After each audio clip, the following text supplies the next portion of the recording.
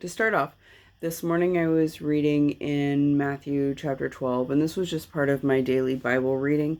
And usually anything that I come to you with is going to be just part of my daily Bible reading. It's not something that I went and sought out. Usually it's not a topic that I'm seeking to teach on. It's literally just what the Lord has shown me that day and what He's put on my heart, and what He is using in His Word to refine me each and every day. And then I just bring it to you and share it with you. So this morning I was reading, and I was in Matthew chapter 12, and Jesus was at the temple, and it says in verse 22, "Then was brought unto him one possessed with a devil, blind and dumb, and he healed him, insomuch that the blind and dumb both spake and saw. And all the people were amazed, and said, Is this not the son of David? But when the Pharisees heard it, they said, This fellow doth cast out devils, but by Beelzebub, the prince of the devils." So they were saying, well, Jesus is using the power of Satan to cast out demons. And in verse 25 it says, "And Jesus knew their thoughts, and said unto them, Every kingdom divided against itself is brought to desolation, and every city or house divided against itself shall not stand. And if Satan cast out Satan, he is divided against himself. How shall then his kingdom stand?" So normally, every time I read this, I always go to, well, yeah, like he's telling them your reasoning is flawed, because if Satan's fighting against himself and casting out demons, like he's like, messing up his own plan.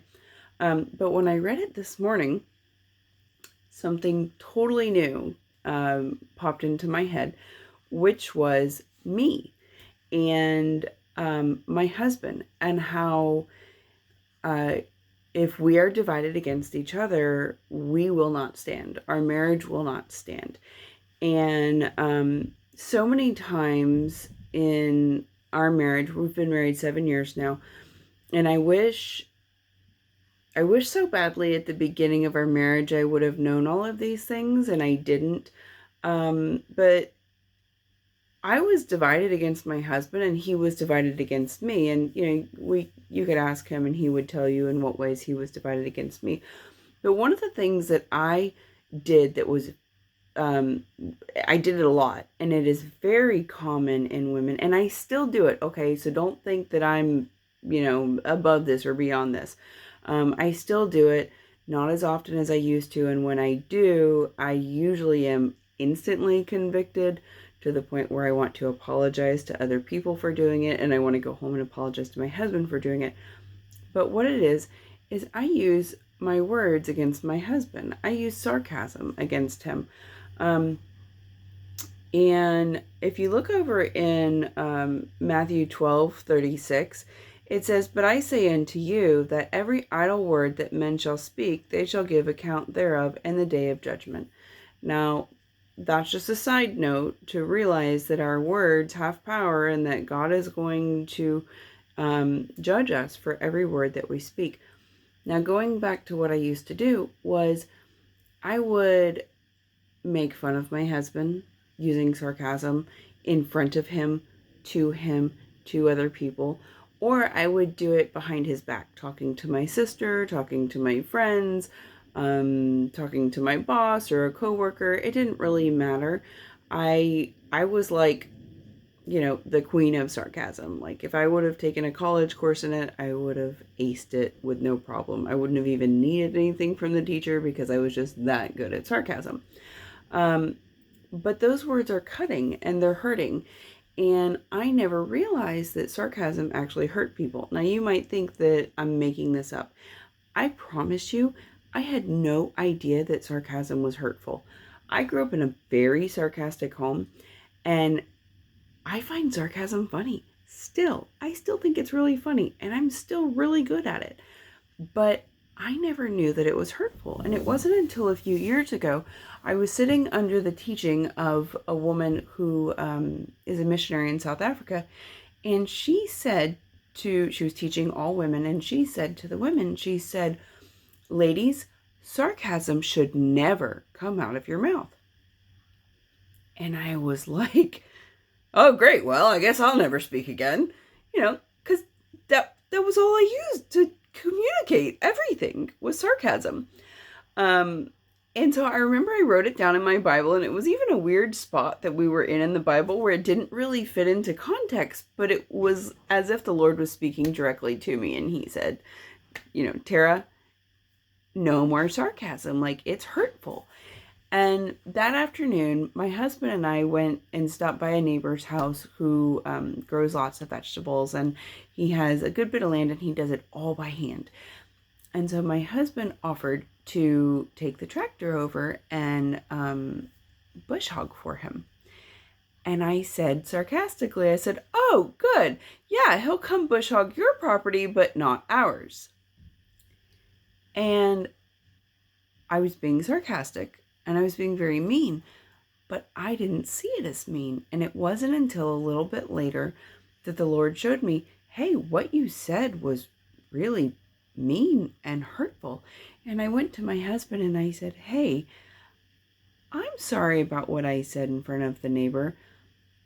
I never realized that sarcasm was hurtful until today. And I meant it, y'all. I had no idea that sarcasm was hurtful, but it is, and it was. And I did this for years. I made other people around me uncomfortable with my sarcasm and my mean jabs at my husband. And I had no idea that that's what I was doing, but I was.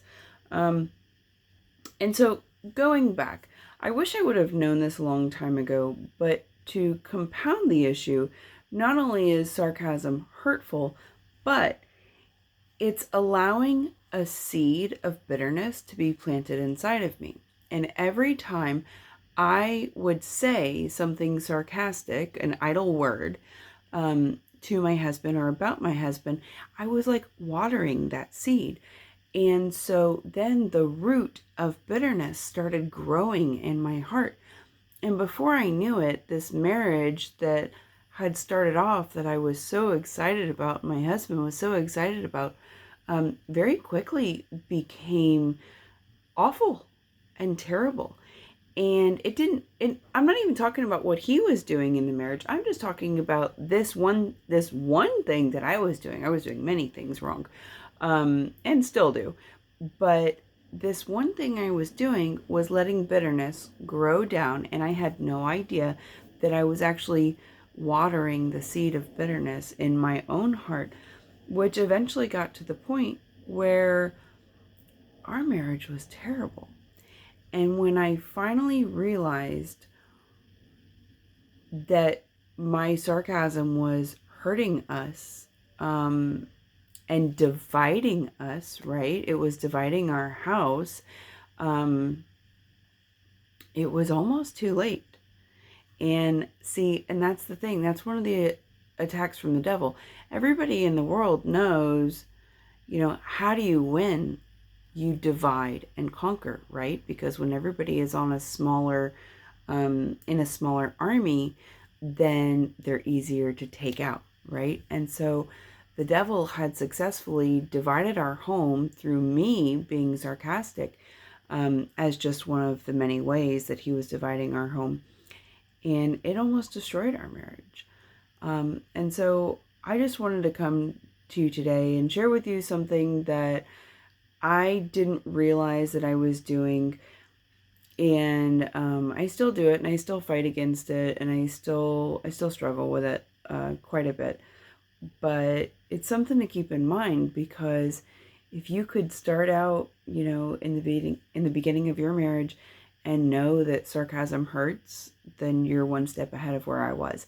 And if you could know that anything that you say about your husband that's, putting him down or dropping him to a lower level, even if it's just making a joke about how he messed something up again, you're watering the seed of bitterness, and you're watering resentment, and you're you're feeding hatred and division in your own home, and you're just hurting your marriage so badly.